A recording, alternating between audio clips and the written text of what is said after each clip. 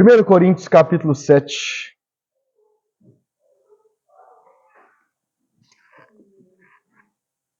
Início da segunda temporada da série Família Criada por Deus. Começaremos a falar nessa segunda temporada sobre edificando o casamento, porque não basta casar, né? O casamento mesmo começa no dia seguinte à lua de mel, né? Porque aí é que você começa a edificar o seu casamento. E é sobre isso que nós vamos falar. Nós vamos tentar passar pelas passagens da palavra de Deus que nos instrui a como edificar um casamento na rocha, né? Que é o Senhor Jesus. E essa primeira pregação dessa segunda temporada vai ser o fundamento de toda essa segunda temporada. 1 Coríntios capítulo 7, nós vamos ler o verso 26 e 32, 33 e 34. 1 Coríntios 7, verso 26, depois 32 a 34. Diz assim: por causa dos problemas atuais, penso que é melhor o homem permanecer como está. Verso 32 a 34. Gostaria de vê-los livres de preocupações. O homem que não é casado preocupa-se com as coisas do Senhor, em como agradar ao Senhor. Mas o homem casado preocupa-se com as coisas deste mundo, em como agradar a sua mulher, e está dividido. Tanto a mulher não casada como a virgem preocupa-se com as coisas do Senhor, para serem santas no corpo e no espírito. Mas a casada preocupa-se com as coisas deste mundo, em como...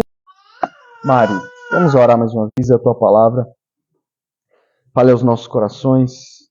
Grave as tuas palavras no nosso coração para que não pequemos contra o Senhor. Abre os nossos olhos para que a gente contemple as maravilhas da tua palavra. Me ajude a ser simples, objetivo, e que o Senhor possa ver. Os coríntios não deveriam se prostituir, porque quem se prostituía, quem se relaciona sexualmente com alguém, já está se unindo a essa pessoa. E aí, após falar isso, ele começa a falar sobre o casamento no capítulo 7 inteiro. Os assuntos que ele vai tratar não é apenas um assunto pastoral, né, já que puxou o assunto de casamento do capítulo 6, mas também pelo verso 1, e baseado em todo o livro de Coríntios, nós sabemos que os coríntios haviam enviado uma carta com várias dúvidas e até mesmo, de certo sentido, um questionamento para Paulo. E Paulo vai responder nessa carta aos coríntios. Mas o meu foco vai ser o verso 26 e os versos 32 a 34 nesta manhã. O verso 26, só para me introduzir a orientação e o conselho de Paulo. Pelo verso 26, nós vemos que fica implícito que ele diz assim, por causa dos problemas atuais, penso que é melhor o homem permanecer como está. Paulo, nos versos anteriores aqui, aos 32 e 34, que é o nosso foco, Paulo está aconselhando os solteiros a permanecer solteiro. E ele está dizendo que é até melhor permanecer solteiro. Mas por que Paulo está aconselhando isso para os solteiros? O verso 26 nos dá uma pista de que um dos motivos é de que havia em Coríntio alguma situação específica que o leva a dizer que por causa dos problemas atuais, na igreja de Corinto estava tendo algum problema, que a gente não sabe se era só na igreja ou de modo geral na cidade, que leva Paulo a dizer, não só nesse verso 26, mas implícito ali nas entrelinhas de outros versos, que os coríntios estavam passando por alguma situação específica que leva Paulo a fundamentar o seu conselho aos solteiros de permanecer solteiro, né? Por causa dos problemas atuais, é melhor você permanecer solteiro. Mas nós não podemos entender que Paulo está dizendo que essa é o ideal para todos os solteiros. Até porque a Bíblia se interpreta com a Bíblia. E Paulo é um dos apóstolos que mais escreveu sobre casamento, né? Nós já passamos por vários versos aqui, inclusive desse capítulo 7, para mostrar, vamos dizer assim, a visão que o apóstolo Paulo tinha e ensinava sobre casamento, que é uma visão muito excelente, muito magnífica, né? Lá em Efésios ele vai dizer que o casamento é o que Deus escolheu para ilustrar o evangelho, né? Inclusive ele diz em Efésios 5 que grande é o mistério do casamento, porque ele se refere a Cristo e à igreja. Então não tem como entendermos que Paulo, né, aconselhava para todos os solteiros, é melhor ficar solteiro, e que ele tinha uma visão negativa do casamento. Mas, sem querer adivinhar o que estava passando em Corinto, isso leva Paulo a aconselhar os solteiros a permanecer solteiro. E aí no verso 32 a 34, ele vai dar ele vai acrescentar uma argumentação a esse conselho aos solteiros. Ele vai dizer assim, vamos voltar para o verso 32.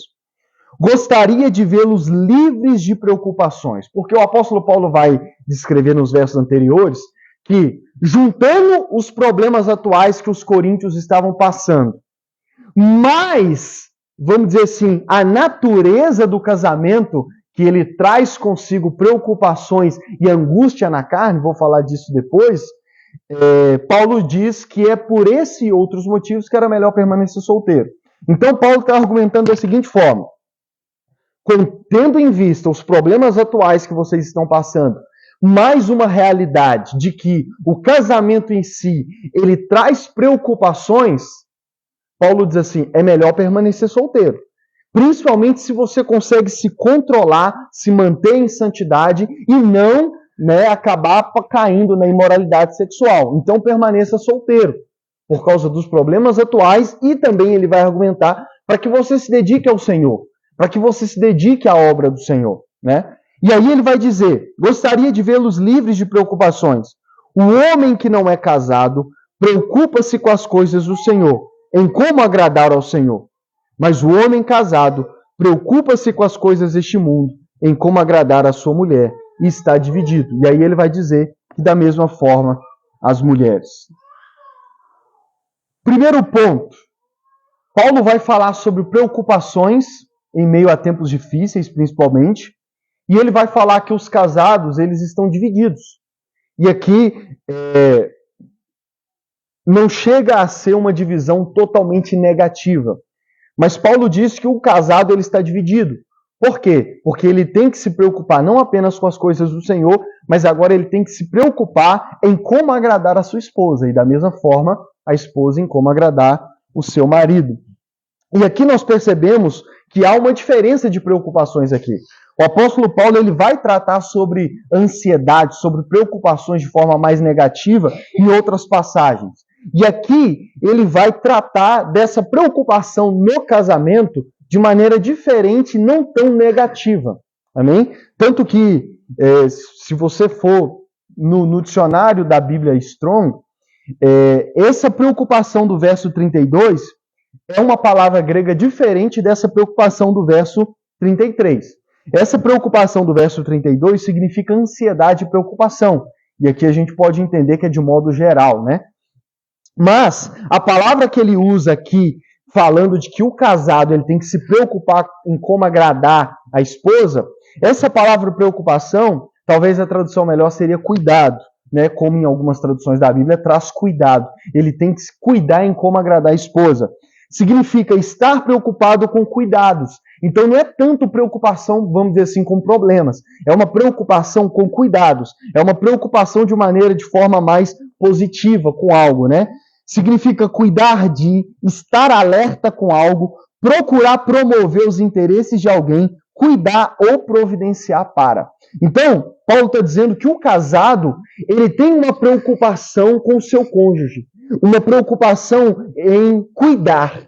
Né? O casado, ele tem tanto homem quanto mulher, ele vai deixar explícito aqui, ele tem que se preocupar não apenas com as coisas do Senhor, mas ele tem que se preocupar em cuidar do seu cônjuge. E aí ele usa uma segunda palavra, ele diz, ele tem que se preocupar e cuidar em agradar o seu cônjuge. A palavra agradar significa esforçar-se para agradar, acomodar-se a opiniões e procurar os desejos e os interesses de outros. Então, resumindo tudo, nós não podemos entender aqui que Paulo está usando essa preocupação de forma negativa, de forma totalmente negativa. O que Paulo está argumentando é que existe uma preocupação legítima, positiva, e que, na verdade, está implícita no casamento. Existe na vida de todo casado, seja do homem, seja da mulher, existe uma certa preocupação e deve existir uma certa preocupação na vida do casado de procurar e cuidar em agradar o seu cônjuge. De forma que Paulo diz que essa preocupação divide até mesmo o foco dele em agradar ao Senhor. Essa preocupação no casamento, ela é tão legítima, que ela se torna uma responsabilidade. Então, todo casado ele tem uma responsabilidade de se preocupar em cuidar e agradar o seu cônjuge. A Bíblia de Estudo Thomas Nelson resume da seguinte forma: Paulo não critica a vida conjugal, mas demonstra de forma realista as prioridades das pessoas casadas. Então, Paulo não está apresentando o casamento de uma forma negativa, né? Como hoje em dia a gente acaba fazendo. Lembra da desonra do casamento? Não. Paulo está simplesmente mostrando para os solteiros, principalmente de Coríntios, a realidade nua e crua do casamento. Ele está aconselhando os solteiros a permanecer solteiro, e uma das razões ele vai dizer, porque solteiros, se você se casar, você vai, a partir do momento em que você se casar, ter uma segunda preocupação na sua vida, que é em cuidar e agradar o seu cônjuge. E aí, implícito, e aqui as implicações que nós podemos tirar desse princípio que ele está apresentando aqui. Resumindo, existe uma legítima, uma correta, uma positiva, uma preocupação que não é pecaminosa na vida do casado, na vida dos cônjuges, em cuidar e agradar o seu cônjuge. E aí, 5 implicações disso. Primeiro, essa responsabilidade em cuidar, se preocupar e agradar o cônjuge, ela é tão grande que Paulo diz que ela até mesmo altera a dedicação dos casados ao Senhor. Ele vai mostrar que os solteiros, ele pode focar 100% em Cristo, 100% na obra do Senhor, 100% em servir ao Senhor, e na verdade fica implícito que é esperado isso do solteiro. Enquanto você não casa, dedique-se sem reserva 100% à obra do Senhor, em agradar ao Senhor, em fazer a vontade do Senhor na sua vida, em servir a igreja, fica implícito tudo isso. Mas, se você se casou, agora você vai estar dividido.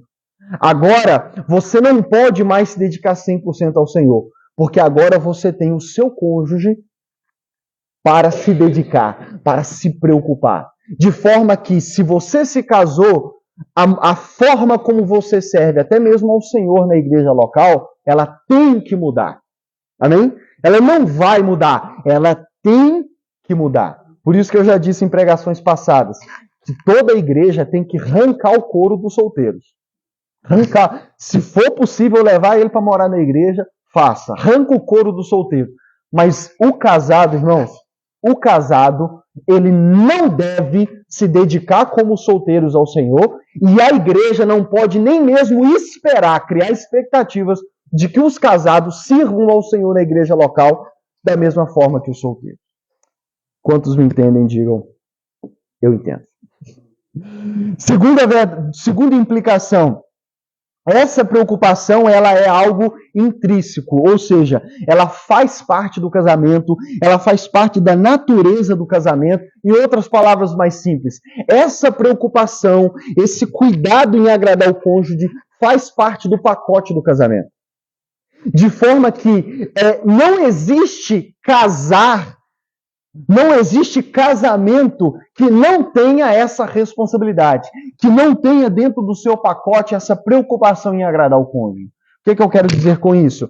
Se você se casou e você não está preocupado, ou você acha que você não deve estar preocupado em agradar o seu cônjuge, você está totalmente errado. Você está totalmente errado. Por quê?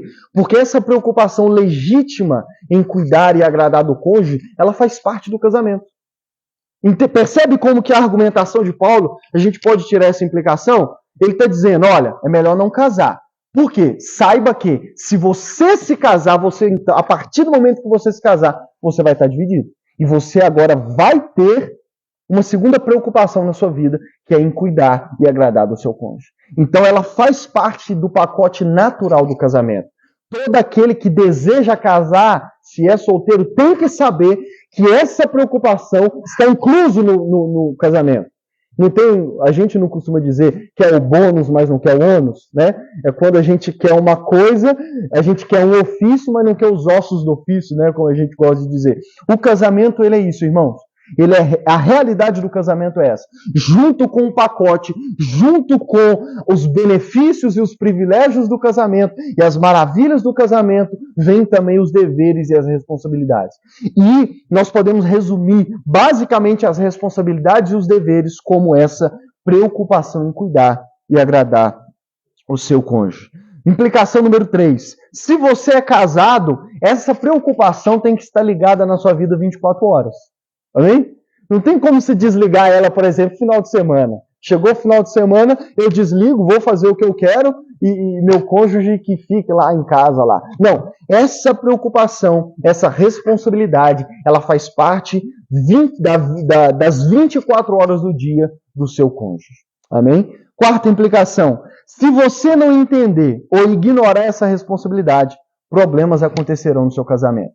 E eu estou para dizer para vocês que se a gente for observar, quase que a raiz de todos os problemas no casamento, talvez é a falta de entendimento ou o cônjuge, ou um deles, ou ambos, ignorar essa responsabilidade. Se a palavra de Deus está dizendo que a gente tem que se preocupar em agradar e cuidar do nosso cônjuge, se os cônjuges não entendem isso ou ignoram essa responsabilidade, irmãos, problemas vão surgir. Pode ter certeza disso. Problemas vão surgir. E a quinta e última, que resume tudo, essa responsabilidade, ela tem implicações em todas as áreas da vida dos cônjuges. Inclusive do sexo. Né? Nós vamos falar do sexo daqui a algumas semanas. Mas essas implicações em se preocupar, em cuidar e agradar do cônjuge, ela tem implicação em tudo, irmãos. Ela tem implicação na sua rotina, ela tem implicação nos compromissos que você assume na sua vida, ela tem implicação na forma como você gere o seu tempo, ela tem implicações até mesmo na hora em que os dois entram para o seu quarto, fecham a porta e vão para a relação sexual.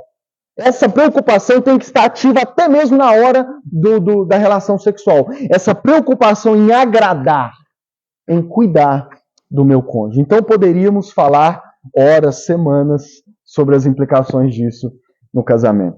Mas resumindo, né, porque as pregações são apenas para levantar o tema, como eu gosto de dizer, né? Paulo não está dizendo que o casamento ele é negativo, mas ele está mostrando principalmente aos solteiros a verdade nua e crua do casamento. E uma das maiores responsabilidades do cônjuge, se não a que baseia todo o fundamento do casamento, que é essa preocupação em cuidar e agradar o seu cônjuge. De forma que é por isso que ele diz para os solteiros, se os tempos estão difíceis, se os dias estão difíceis, ou se você não está preparado para isso, é melhor permanecer solteiro. Diante disso, lembra quando Jesus fala sobre o casamento lá em Mateus 19? Já preguei esse texto. Que ao ouvir Jesus falar da seriedade do casamento, os discípulos dizem assim para Jesus: Senhor, se essa é a realidade do homem com a sua esposa, é melhor então não casar. Não é? E de fato, como eu sempre estou repetindo aqui, aos solteiros principalmente, se você não está preparado para viver o resto da sua vida com essa preocupação, essa responsabilidade de 24 horas do seu dia, estar sim preocupado em como agradar o seu cônjuge e não apenas você mesmo, não case. Amém? Não case. Mas lembrando sempre que essa opção do não casamento está implícito e explícito uma vida santa por resto da sua vida ao Senhor. Amém? Portanto, resumindo de novo, casar é fácil. O trabalhoso é edificar o casamento, irmãos. Trabalhoso é edificar o casamento. E poderíamos resumir também nessa frase, o fundamento desse princípio, de que é fato de que nós não devemos viver para agradar as pessoas. Também? Se você vive a sua vida buscando agradar todo mundo, você também vai viver uma vida de escravidão. Mas, se você é casado, faz parte agora da sua vida viver buscando agradar o seu cônjuge. Amém? Você não precisa viver para agradar todo mundo se você é casado. Mas existe uma pessoa na sua vida que você deve viver preocupado em como agradar, em como cuidar dele, que é o seu cônjuge. Que se tornou, como a gente já viu na primeira temporada, você mesmo. Amém? Verso 3 do capítulo 7. Vamos voltar e eu vou tentar, com outras passagens aqui, desenvolver um pouco o assunto. Verso 3, do mesmo capítulo. Olha o que Paulo diz. O marido deve cumprir os seus deveres conjugais para com a sua mulher. E da mesma forma, a mulher para com seu marido. Se a gente lê o capítulo todo, o verso 4 e o verso 5, nós vamos ver que Paulo, o contexto imediato, Paulo vai falar desse dever conjugal na relação sexual. Vou voltar nisso depois. Mas esse princípio de que o marido e a esposa, de que ambos os cônjuges, eles devem cumprir os seus deveres conjugais nessa NVI, é um princípio geral no casamento, que inclui não apenas o sexo, mas várias das outras questões. O marido e a mulher, ambos os cônjuges, eles devem cumprir os seus deveres conjugais dentro do casamento. Portanto, existe dentro do casamento deveres conjugais, não apenas benefícios, não apenas privilégios, mas existem também deveres, existem responsabilidades. Outra tradução diz assim, esse verso 3, o marido cumpra a sua responsabilidade conjugal para com a sua mulher e do mesmo modo a mulher para com o seu marido. Uma outra tradução diz assim, o marido deve satisfazer as necessidades conjugais de sua esposa e a esposa deve fazer o mesmo para o seu marido. Na versão da Bíblia, a mensagem, que é uma paráfrase, diz assim, o leito matrimonial deve ser marcado por mutualidade.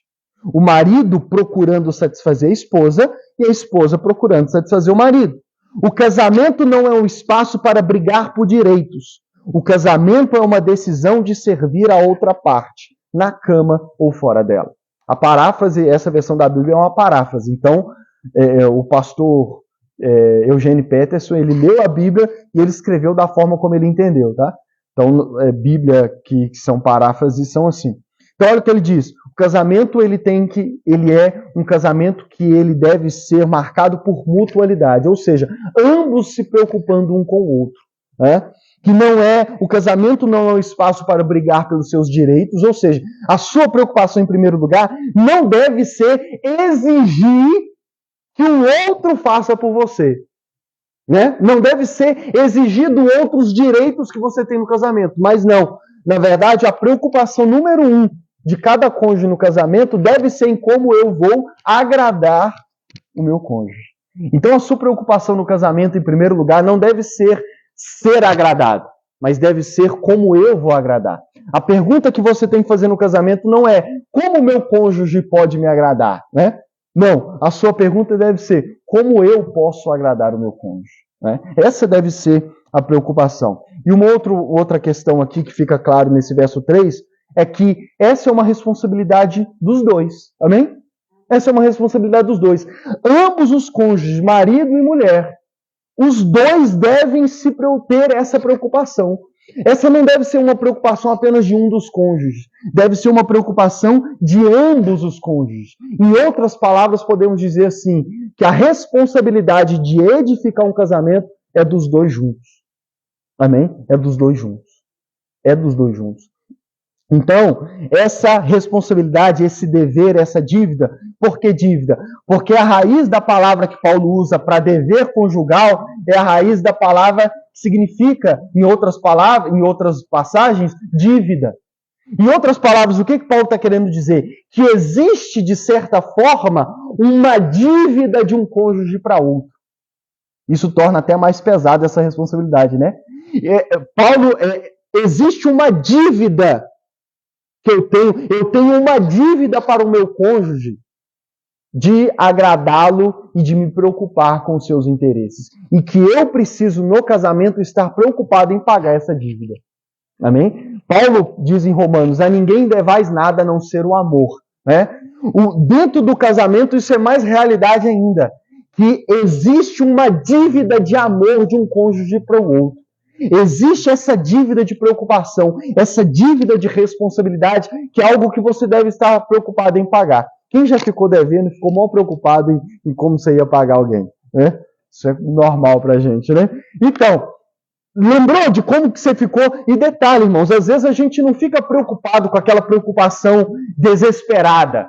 Mas a gente, principalmente se a gente quer andar certo na vida, anda certo com as coisas, a gente se preocupa no sentido positivo. Eu não quero dar prejuízo para ninguém. Então eu preciso dar um jeito para mim, né, pagar essa dívida minha com a pessoa. E esse é o espírito que deve haver dentro do casamento. No coração dos cônjuges deve haver esse certo sentido de dívida. Eu devo isso ao meu cônjuge. Eu tenho essa responsabilidade para o meu cônjuge. Eu preciso trabalhar e estar ativamente trabalhando em como eu vou agradá-lo. Nesse sentido, no sentido de que ambos devem se preocupar, eu vou usar hoje as 4 músicas que eu mandei lá no grupo como ilustração para os pontos. Existe uma música que eu gosto muito do cantor Ferrugem. O nome da música é Segundo Plano. Olha o que a música diz. Eu não sei onde é que a gente está errando. O que era perto está distanciando. E a gente está fingindo que não vê. Por quê? O nosso amor está ficando em segundo plano. Há tempos não falamos eu te amo. E aí, o que é que a gente vai fazer? O que a gente está fazendo com a gente? Quem de nós deixou o nosso amor doente? Nosso último beijo, quanto tempo faz? Eu nem me lembro mais. Essa música é uma música sobre um casamento que está por água abaixo, que está em segundo plano. E aqui, por que eu peguei essa música para ilustrar esse ponto? Porque eu estou dizendo para vocês que é uma responsabilidade de ambos os cônjuges. E aqui, a música pode ser cantada tanto pelo homem quanto pela mulher, né? A letra ela é ambígua. Mas aqui, seja um ou outro que está cantando, o bacana dessa letra é que eles estão, quem está cantando está reconhecendo que o casamento está em segundo plano, né? De que o casamento não está bem, e detalhe, ele não diz que é ele que está cantando que está errando ou que é a outra pessoa que está errando. Na letra ele diz o que a gente está fazendo com a gente, onde nós estamos errando. Por quê, irmãos? Porque da mesma forma que se a responsabilidade de cuidar do casamento é de ambos os cônjuges, se um casamento não vai bem, se um casamento está indo por água abaixo, se um casamento está em segundo plano, na maioria das vezes, irmãos, e podemos dizer que nunca o erro está em apenas um dos cônjuges. Pode ter um que está errando mais do que o outro, amém? Nós temos que ser realistas. Mas nunca é erro apenas de um dos cônjuges, amém?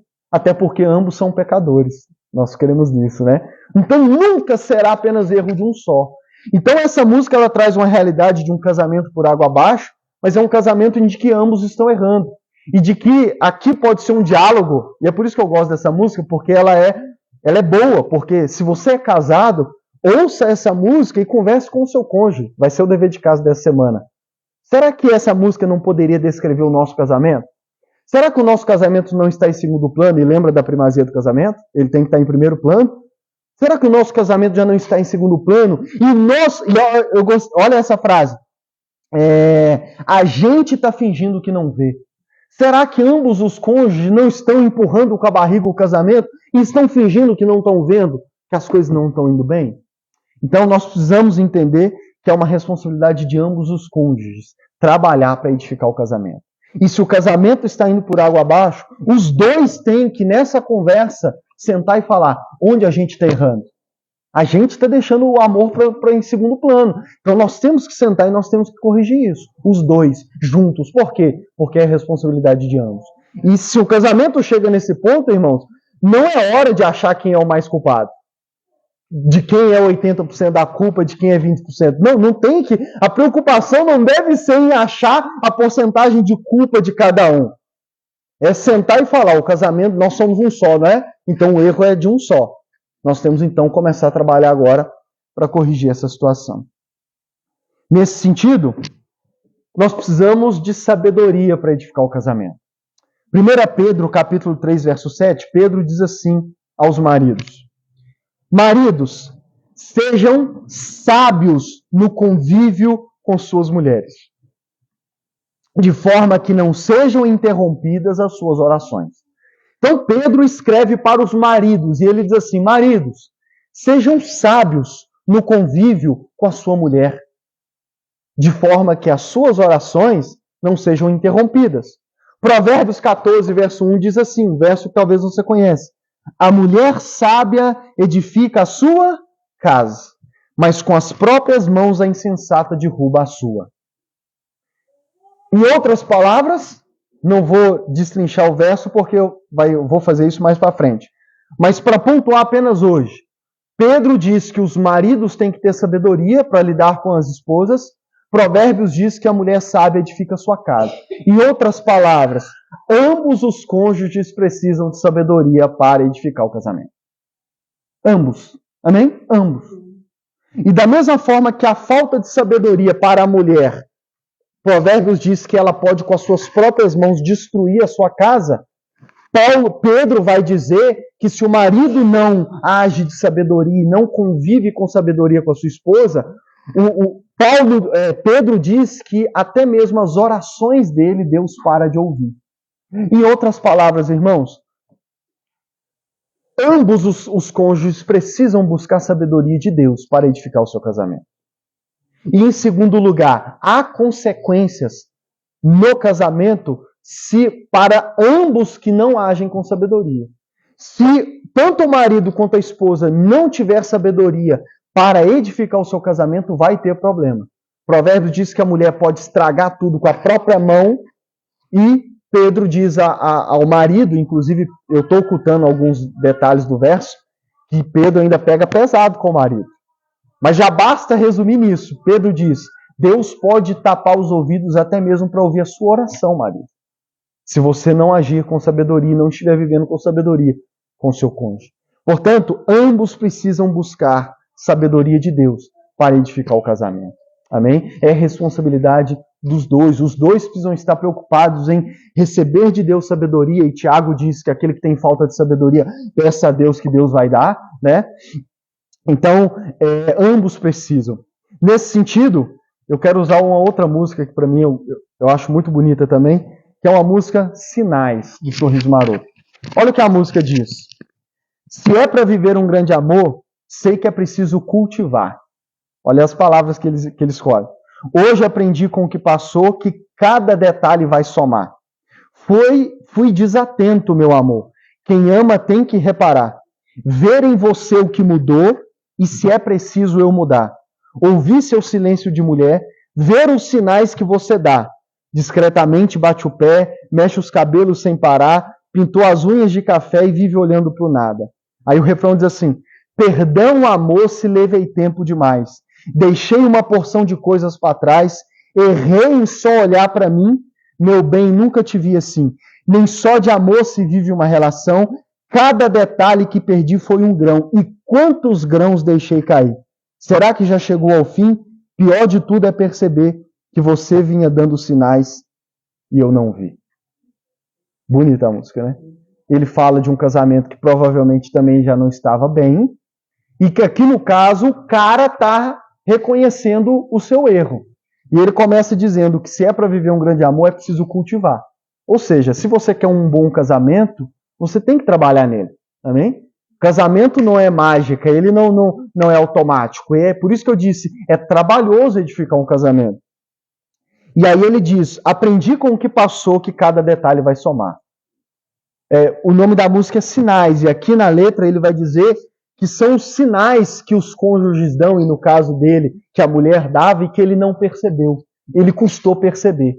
Ele custou perceber os sinais que ela estava dando de que as coisas não estavam bem. Irmãos, se você é casado há mais de um ano, você sabe que a gente vai se conhecendo e a gente vai entendendo os mínimos sinais do nosso cônjuge.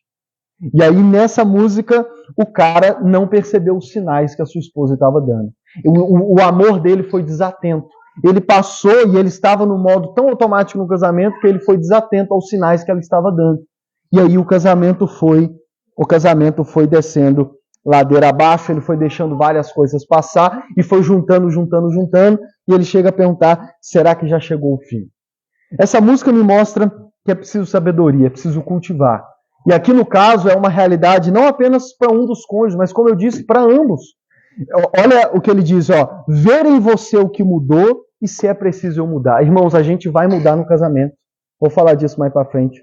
A gente nunca casa com a pessoa certa, porque se a gente casou com a pessoa certa, essa pessoa vai mudar. Nós mudamos, irmãos.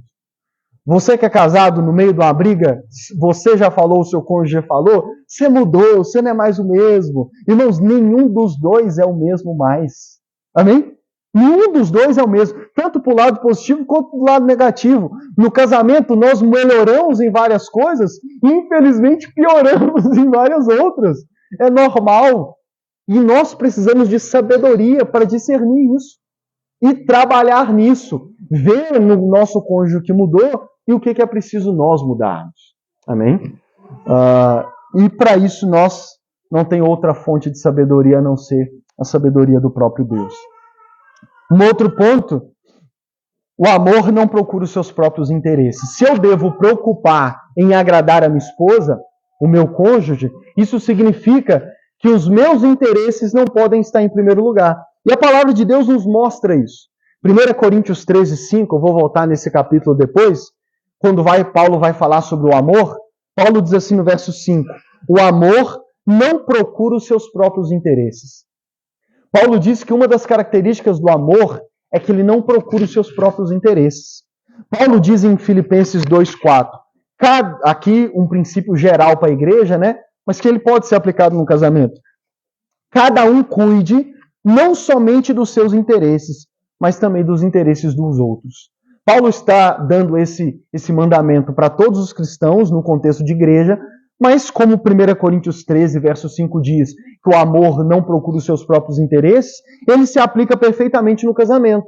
No sentido de que eu não posso, no casamento, procurar os meus próprios interesses, mas eu tenho que me preocupar com os interesses do meu cônjuge.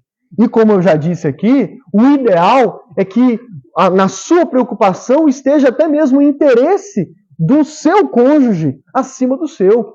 Amém? Que a sua preocupação número 1 não deve ser satisfeito ou ter os seus interesses satisfeitos, mas procurar satisfazer os interesses do outro. E aqui, se eu devo procurar os interesses do meu cônjuge, eu preciso, antes disso, conhecer os interesses do meu cônjuge. Porque como eu satisfaço os interesses, como eu agrado o meu cônjuge, se eu não sei o que agrada a ele?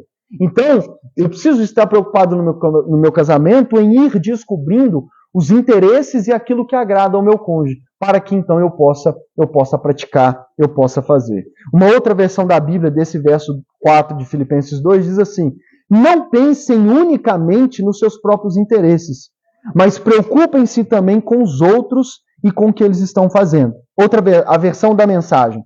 Ponham o interesse próprio de lado e ajudem os outros em sua jornada. Esqueçam-se de vocês o suficiente para estender a mão e ajudar. Eu gostei da versão dessa Bíblia. Ponham o interesse próprio de lado e ajude o outro na jornada. Esqueça de você o suficiente para estender a mão. Vê se não nos ajuda a entender o que é buscar o interesse do outro. Eu preciso esquecer, pôr o meu de lado.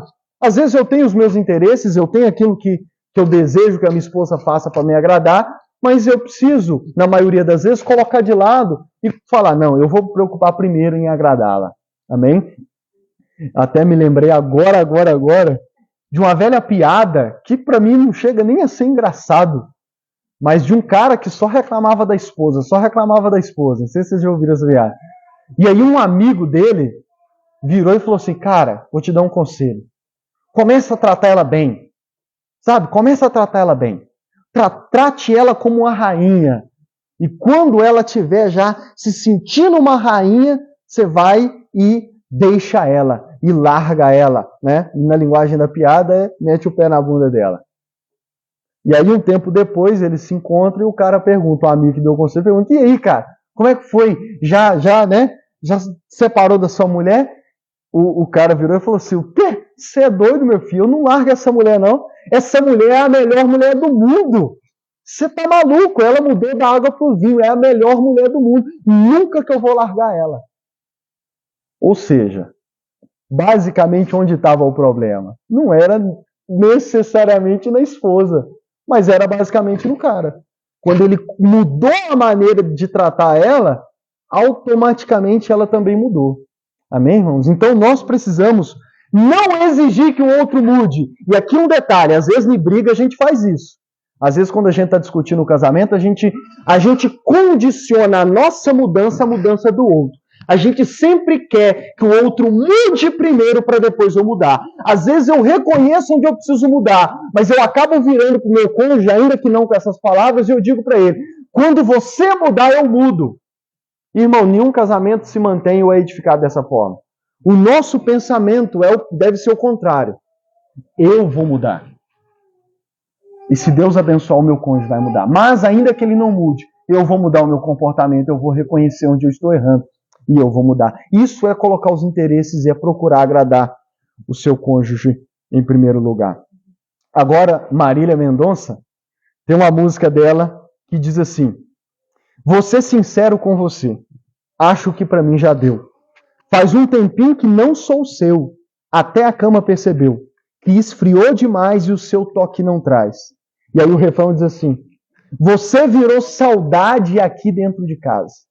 Se eu te chamo para o colchão, você foge para a sala. E nem se importa mais saber o que eu sinto. Poucos metros quadrados virou um labirinto. Eu gosto dessa música também porque ela me leva a refletir. Se um casamento chegar a esse ponto, irmãos, é trágico. É trágico. E aqui no caso dela cantando, ela está dizendo que, no caso aqui, o cara não está procurando mais. O cara está desatento. O cara, aqui pela música, a minha interpretação é de que ela está até tentando. Ela chama ele para o colchão, tá entendendo? Ela vai tentando. Ela está dizendo para ele, olha, faz um tempo que eu não sou seu, né? Em outras palavras, ela quer ser dele, ela quer se entregar, mas falta o interesse da parte dele. Aí ela diz, você nem se importa mais em saber o que eu sinto. Poucos metros quadrados virou um labirinto. Irmãos, se chega a esse ponto, é trágico o casamento. Amém? E a responsabilidade dos cônjuges é você buscar não ser a pessoa que o seu cônjuge vai cantar isso para você. Nós deveríamos cuidar de tal forma do nosso casamento que, em hipótese alguma, o meu cônjuge cantaria isso para mim. Amém? Agora, será que, se nós sentarmos, como vai ser o dever de casa, será que se eu e minha esposa sentarmos na sala, colocarmos essa música lá no YouTube e a gente ouvir ela junto, será que por acaso, ao olhar para o meu cônjuge, ele não vai estar cantando isso para mim? Porque se já chegou o ponto em dele ouvir essa música e cantar para mim, ou a lágrima começa a escorrer ao ouvir essa música porque ela se identifica com essa música, irmãos, é preciso uma reforma no casamento. Amém? E por que eu gosto dessas músicas que eu estou citando? Porque elas, sempre que eu ponho elas para ouvir, eu me lembro de que eu não posso deixar o meu casamento chegar a esse ponto. Amém? Eu não posso. Mais um outro ponto aqui. Ame e cuide de você mesmo, entre aspas. Qual é o segundo maior mandamento da lei? O segundo maior mandamento, segundo Jesus. O primeiro é ame a Deus sobre todas as coisas. E o segundo é ame o teu próximo como a ti mesmo. E aí existe um câncer dentro da igreja hoje. Qual que é o câncer? É que a galera que gosta mais de uma palestra coach do que de pregação, eles vão usar um raciocínio coach para dizer o seguinte, até mesmo dentro da igreja. Tá vendo? Deus está dizendo que você tem que amar o próximo como a você mesmo. Em outras palavras, olha a interpretação. Você tem que se amar primeiro. Porque se você não se amar primeiro, você não vai conseguir amar o outro. Porque Jesus disse que você tem que amar o outro como você se ama. Se você não se ama, você não ama o outro. E deixa eu dizer, não é isso que o mandamento diz. E aí, por que nós chegamos a essa conclusão? Porque a Bíblia interpreta a Bíblia, amém? E em nenhum outro lugar da Bíblia, dentro dos seus 66 livros, não há nenhum versículo, nem mesmo isolado, a não ser esse, que nos deixe concluir de que Deus nos diz para amar a nós mesmos em primeiro lugar. Nada na Bíblia, a não ser esse versículo tirado de contexto e tirado do contexto de toda a Bíblia, nos leva a concluir que Deus quer que a gente se ame primeiro. Na verdade, o que está implícito aqui, e me ajudou a entender isso muito o pastor Antônio Carlos Costa, ele diz, na verdade, o que Deus está fazendo é dizendo para nós que Ele sabe que nós já nos amamos primeiro. Amém? O que está implícito é o seguinte, não é que Deus quer que você se ame primeiro, mas quando Deus diz ame o seu próximo como a ti mesmo, é porque Deus sabe que nós já nos amamos primeiro. De que o nosso normal é nos colocar em primeiro lugar. De que o nosso normal é nos amar em primeiro lugar. De que o nosso normal já é colocar os nossos próprios interesses em primeiro lugar. Por isso que ele vem no mandamento e diz, sabe o jeito que você se ama? O jeito que você busca os seus interesses? O jeito que você cuida de si mesmo? Então, cuide do outro como você já faz com você mesmo. Então não é um encorajamento para você se amar em primeiro lugar. Amém? É justamente o contrário. É Deus dizendo, você já se ama. Eu sei disso, eu estou vendo. Você pode fingir que não, mas você já se ama. Você já faz por você primeiro. Então o que você tem que começar a fazer é usar essa força e esse empenho para amar o próximo. E Efésios capítulo 5, verso 28, olha o que Paulo diz, e vocês cheguem à conclusão se não é basicamente a mesma coisa. Olha o que Paulo diz. Assim também o marido deve amar a sua esposa como ama o próprio corpo. Percebeu? Olha o que Paulo diz em Efésios 5. O marido deve amar a esposa como ama o próprio corpo. Aí ele diz assim, ó, quem ama a esposa ama a si mesmo. Aí ele vai dizer no verso 29, porque ninguém jamais odiou seu próprio corpo. Ao contrário, o alimenta e cuida dele. Percebeu a construção do raciocínio? Paulo está dizendo, marido, ame a sua esposa como você ama o seu próprio corpo. Ah, então isso significa que eu tenho que amar o meu corpo para depois eu amar a minha esposa? Não. Aí Paulo vai dizer, porque ninguém jamais odiou o seu próprio corpo. Não tem ninguém que se odeie. Amém? É implícito já você se amar. Então o que você tem que fazer, marido, é amar a sua esposa como você já se ama. Da mesma forma que você se alimenta e cuida de você mesmo, dessa mesma forma, desse mesmo empenho que você alimenta e cuida de você mesmo, você agora vai empenhar em cuidar do seu cônjuge. Portanto, quando eu disse que você no casamento deve amar e cuidar de você mesmo, na verdade esse você mesmo é entre aspas. É na verdade você amar e cuidar do seu cônjuge como você já faz com você mesmo. Amém? É você empenhar essa força para o seu cônjuge. A última música que eu vou citar, eu já vou finalizar. Essa música, o nome dela é Ninguém Ama. Eu voltarei nela mais para frente. Ela é do Péricles. Olha o que essa canção diz. Não dá para forçar. Os nossos gênios são assim tão diferentes. Você recua e eu penso em ir para frente. Parece um cabo de guerra para um só ganhar. Não dá para forçar. As brigas entram para debaixo do tapete. Chamar de amor virou apenas um enfeite. Em frases vazias só para se calar. Para não ficar secando o gelo e tudo continuar o mesmo, esse é o melhor a se fazer, a gente se esquecer. Aí o refrão diz, olha a nossa vida, não sobrou amor nem dentro e nem fora da cama. Essa nossa história está falida, ninguém ama, ninguém ama, ninguém ama. É a despedida, o que era romance acabou virando drama. Essa nossa história está falida, ninguém ama, ninguém ama, ninguém ama mais. Aqui um outro casamento que já está por água abaixo. E aqui o que está cantando essa música, ele reconhece que os nossos gênios são diferentes, e isso não é um problema, vou falar disso mais para frente. Mas ele diz assim, ó, você recua e eu penso em ir para frente, parece um cabo de guerra. Em outras palavras, aqui ele está reconhecendo que ambos no casamento, nenhum dos dois está mais cedendo. Os dois, cada um já quer puxar para um lado. Em outras palavras, nesse casamento, ambos os cônjuges estão buscando o seu próprio interesse. Dá para entender? Não dá para encaixar isso? Ambos estão buscando o seu próprio interesse, de forma que é um cabo de guerra. Eu puxo para o meu lado, eu puxo para os meus próprios interesses, eu quero que você me agrade, eu quero que você mude, e do outro lado você também está buscando seus próprios interesses, está querendo que eu mude, está querendo que eu te agrade. E aí, se os dois estão cada um puxando para o seu lado, o casamento é apenas um cabo de guerra. E a consequência disso, se ninguém está disposto a colocar o outro em primeiro lugar e buscar os interesses do outro e procurar agradar o outro em primeiro lugar, o resultado disso é que as brigas acabam entrando para debaixo do tapete. Por que as brigas acabam entrando para debaixo do tapete? Porque não tem solução de problema quando os dois se acham que está certo. Quando ambos os cônjuges não reconhecem onde ambos estão errando ou não cede para satisfazer os interesses do outro em primeiro lugar, as brigas vão para debaixo do tapete, porque vocês até podem discutir, mas quando um começa a se defender, e na verdade, como diz no livro Casamento Blindado, os dois estão com um arsenal de guerra, um atirando no outro. Ninguém vence essa discussão. Eu me lembro de uma frase do Dale Carnegie, no livro Como Fazer Amigos e Influenciar Pessoas, é que ele diz assim, que a única forma de vencer uma discussão é evitando-a. Porque, no fim das contas, não tem uma forma de vencer uma discussão.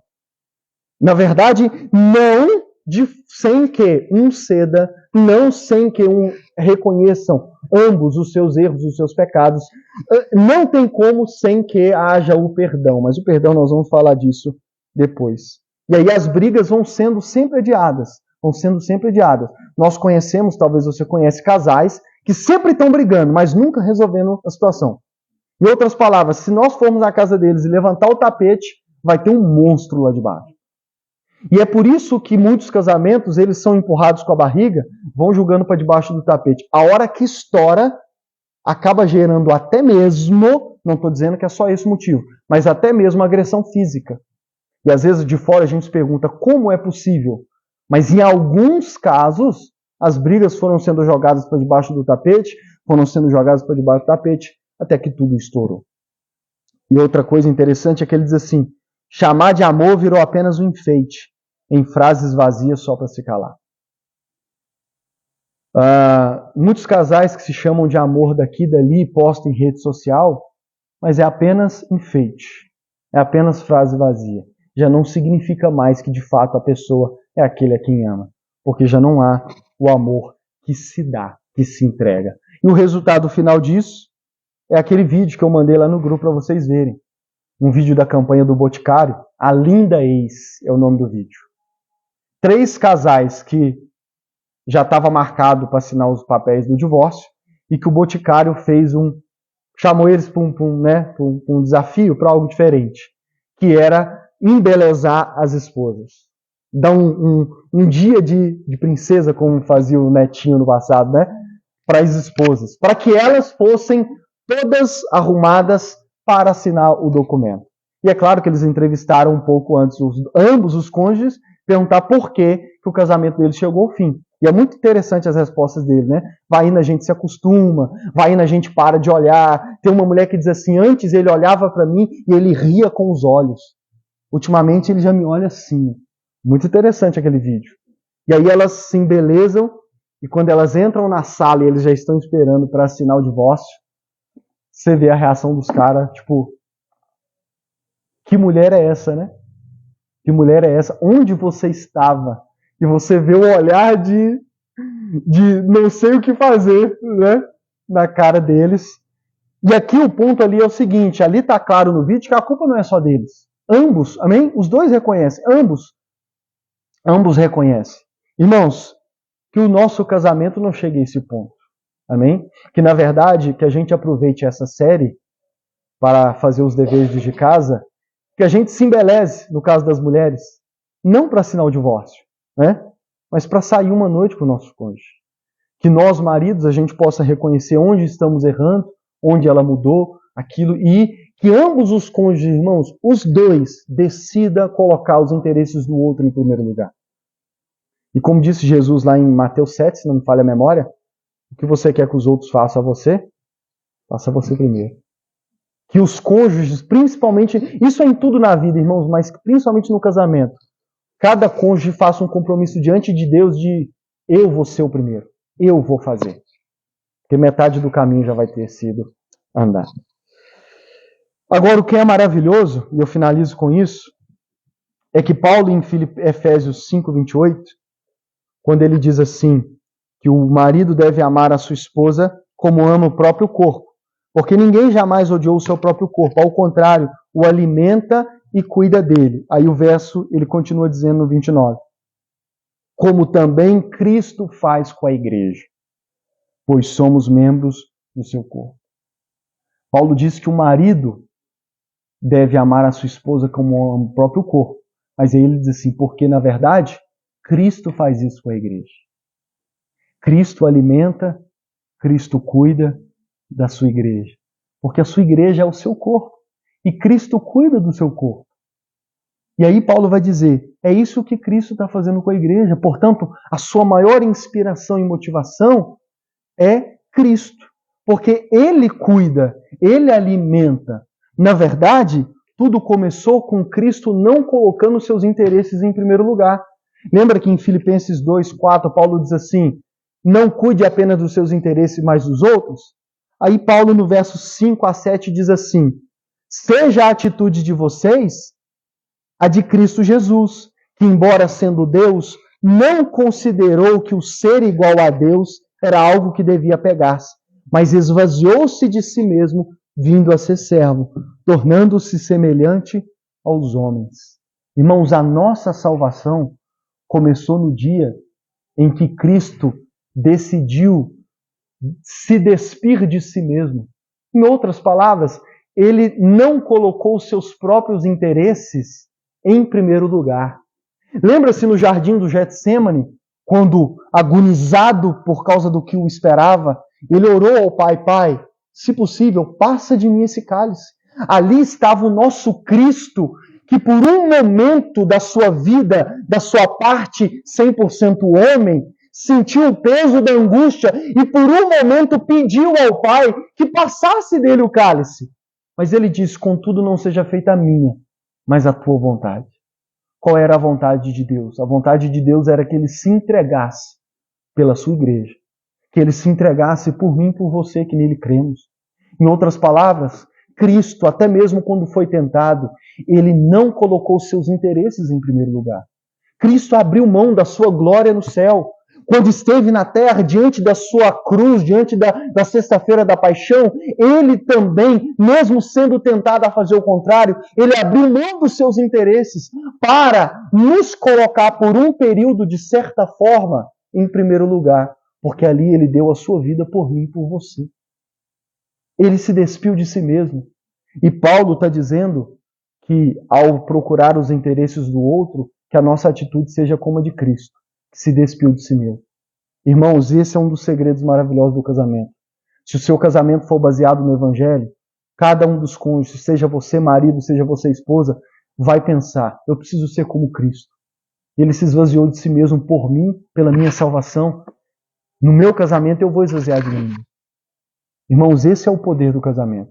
É esvaziar de si mesmo. É colocar os interesses do outro em primeiro lugar. Até mesmo quando somos tentados a não fazer. Porque principalmente quando somos tentados a não fazer, que devemos lembrar do nosso Cristo. Que ele foi tentado a não fazer. Mas ele ainda assim se esvaziou, abriu mão, veio a ser servo. Ele nos serviu. Um dia ele disse, eu não vim para ser servido, eu vim para servir. Que coisa maravilhosa se ambos os cônjuges, encharcados do amor de Cristo em seu coração e do Evangelho, entender que no casamento ele não está ali para ser servido, mas para servir. Assim como Cristo, com a sua igreja, não exigiu em primeiro lugar que ela o servisse, mas ele veio para servir primeiro. 1 João diz que nós só o amamos porque ele nos amou primeiro. O nosso amor é nada mais, nada menos do que uma reação ao amor que ele expressou por nós. O cara daquela piada, ele recebeu da esposa uma reação daquilo que ele fez. Que o nosso casamento ele possa ser inspirado no Evangelho e não apenas, e não em princípios mudantes. Paulo diz em Filipenses 1:6, que para mim é maravilhoso, ele diz assim, estou convencido de que aquele que começou a boa obra em vocês vai completar até o dia de Cristo. Cristo está cuidando de nós, sua igreja. Cristo está nos lapidando. Cristo está nos santificando. Cristo está nos limpando de toda mancha, de toda mácula. E em Filipenses, Paulo disse que ele tinha convicção de que Cristo não desistiria, mas que ele completaria a obra até o final. E qual é o fim da obra, irmãos? Apocalipse 19:7, quando diz assim, regozijemo-nos, vamos nos alegrar e dar-lhe glória, pois chegou a hora do casamento do Cordeiro, e a sua noiva já se aprontou. Foi-lhe dado para vestir linho fino, brilhante e puro. O final da obra que Cristo, noivo, marido, está fazendo com nós, igreja, é nos preparar para o dia da glória. Naquele dia, Apocalipse, João nos viu, e ele nos viu com um vestido brilhante, um vestido puro, sem mancha, sem mácula. Ele nos viu pronto para recebermos aquele marido, aquele noivo, que tanto investiu em nós, como ele ainda faz agora. Que possamos, descansando nessa verdade do Evangelho, levar esse amor, essa servidão, esse doar para o nosso casamento. Amém? Fique de pé.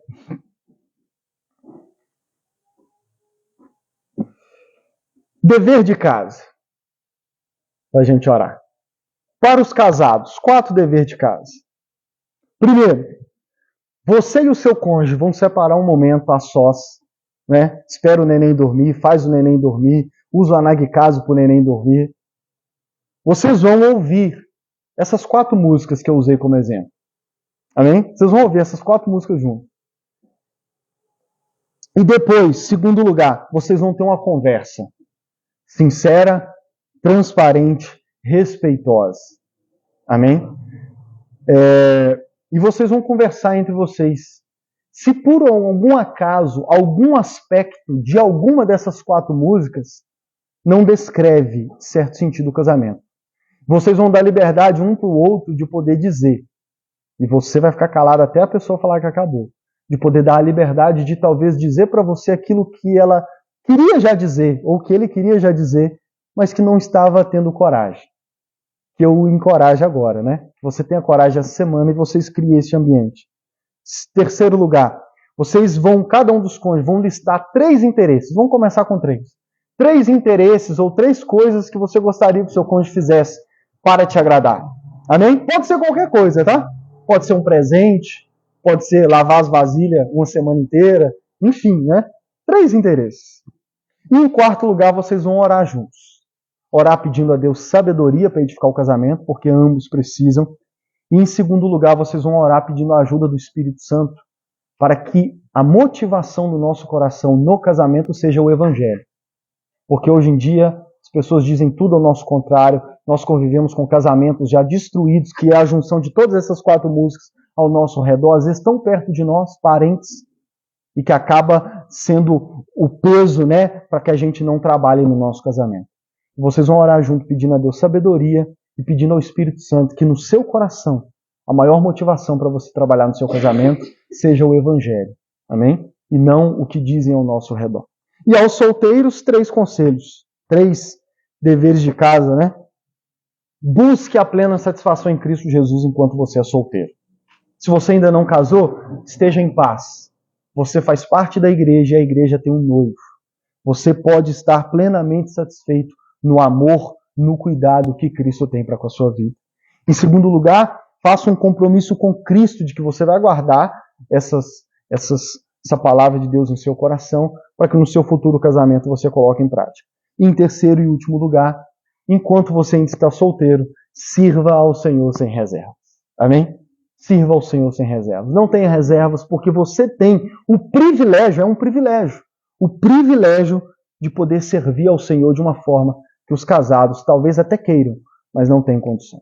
E isso vai ser uma bênção para a igreja local a qual você congrega. Amém? Vamos orar? Feche seus olhos. Fale com o Senhor neste momento.